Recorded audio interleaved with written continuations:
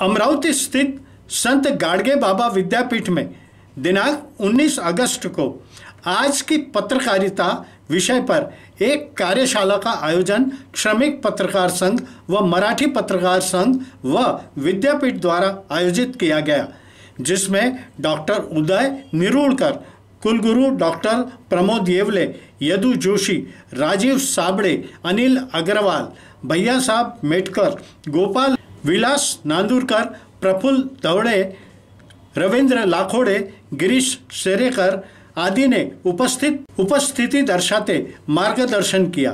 समाचार संकलन अशोक भाई जोशी।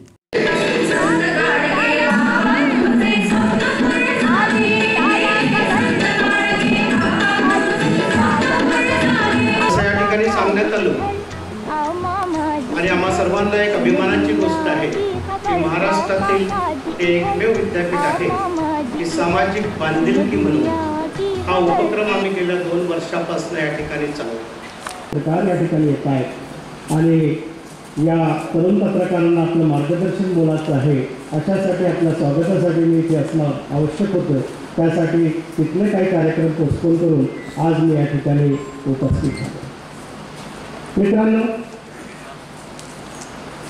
कुठलीही संस्था, ते विद्यापीठ असो, कुठलीही सार्वजनिक संस्था असो, जोपर्यंत समाजाचा विश्वास त्या संस्थेवरती बसत नाही तोपर्यंत त्या संस्थेची प्रगती होत नाही। आणि कुठल्याही समाजाचं एक पॉझिटिव्हनेस किंवा एक सकारात्मक दृष्टिकोन निर्माण करण्याचं काम पत्रकारिता करते।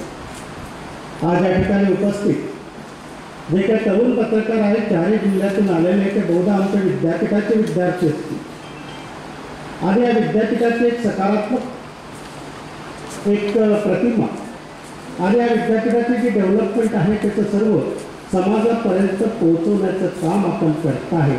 त्यामुळेच हे विद्यापीठ आज नावारूपास आलेलं आहे। त्यासाठी मी होतं की खरोखरच ते सांगतात तो माणूस मीच आहे का। आणि मला स्कॉटलंडमध्ये